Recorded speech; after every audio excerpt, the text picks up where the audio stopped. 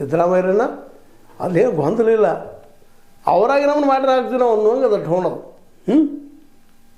High command ಸೂಕ್ತ ಸಂದರ್ಭದಲ್ಲಿ ನಿರ್ಧಾರ ತೆಗೆದುಕೊಳ್ಳಲಿದೆ. ನಾವು ಮಾತಾಡಿಕೊಂಡಿವ್ರಿ, ಹೈಕಮಾಂಡ್ ಒಳ್ಳೆ ಟೈಮ್ ತೋಳ್ತದ ಡಿಸಿಷನ್ನು.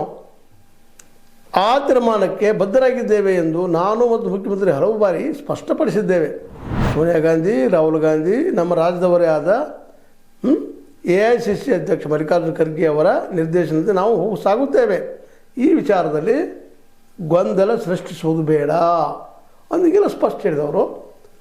ಮತ್ತು 45 ಜನರ ಜೊತೆ ಮಾತಾಡ್ತಾರೆ, BJPಗೆ ಹೋಗ್ತಾರೆ, BJP CM ಆಗ್ತಾರೆ ಅನ್ನೋದು ನಿಮಗೆ ಒಪ್ಪಿಗೆ ಆಗ್ತದೆ? ಇದು ಸರಿ ಅನ್ನಿಸ್ತದೆ? ನಾನು ಕೇವಲ ಈಗ ಮಾತಾಡಿದ್ದು ಅವ್ರ ಮಾತುಗಳನ್ನಷ್ಟೇ ನಿಮ್ಮ ಮುಂದೆ ಇಡ್ತಾ ಇದ್ದೀನಿ.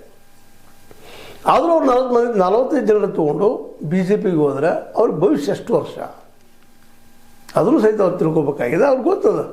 ಯಾಕಂದರೆ ಸ್ವತಃ ಅವರ ಮಾಜಿ CM SM ಕೃಷ್ಣ ಅವರ ಗತಿ ಏನಾಯಿತು, BJPಗೆ ಹೋಗಿ. ಕಾಂಗ್ರೆಸ್ ಇಲ್ಲದ್ರೆ ಇನ್ನೂ ಅವ್ರು ವೇಟ್ ಇರ್ತಿತ್ತು. ಅವರು ಜೀವನದ ಕೊನೆ ಹಂತದಲ್ಲಿ ಹೋದರು, ಆ ಸಂದರ್ಭದಲ್ಲಿ ಹೋಗ್ಬೇಕಾಗಿತ್ತು, ಇವ್ರು ಹೋಗಿಲ್ಲ. ಈಗ ಸೆಕೆಂಡ್ ಪೊಸಿಷನ್ದಲ್ಲಿದ್ದಾರೆ. ನೆಕ್ಸ್ಟ್ ಅವ್ರದ್ದು CM ಆಗುವಂಥದ್ದು. 22ರಲ್ಲಿ ಗೆಲ್ಲುವ ಎಲ್ಲ ಸಾಧ್ಯಗಳಿದ್ದಾವೆ. ಯಾಕಂದ್ರೆ BJPಲಿ ಒಡಕುಗಳಿದ್ದಾವೆ.